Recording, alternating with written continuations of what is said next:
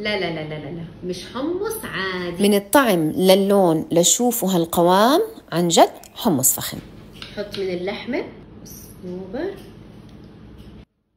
بشهي كريمي، وطعمة الطحينة واضحة فيه مع خليط اللحمة والمشروم بشهي. بدنا نحط قطعة زبدة. للحمة استعملت الفتيلة اللي هي تندرلوين أو ممكن السيرلوين. هالقطعة بتستوي بسرعة وما بتحتاج سلق. بقلبها مع ملح وفلفل أسود فقط، دقايق وبتكون استوت. بشيلها وبقلب البصل والمشروم مع قطعة زبدة.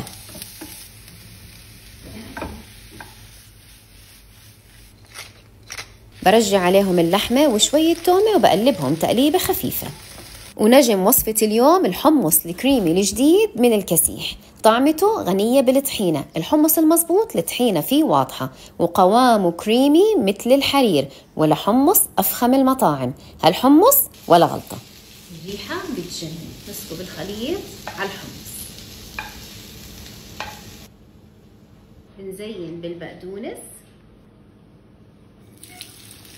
وطبعا أكيد لازم نختم بطشة الصنوبر مع زيت الزيتون. ضروري تجربوا هالوصفة.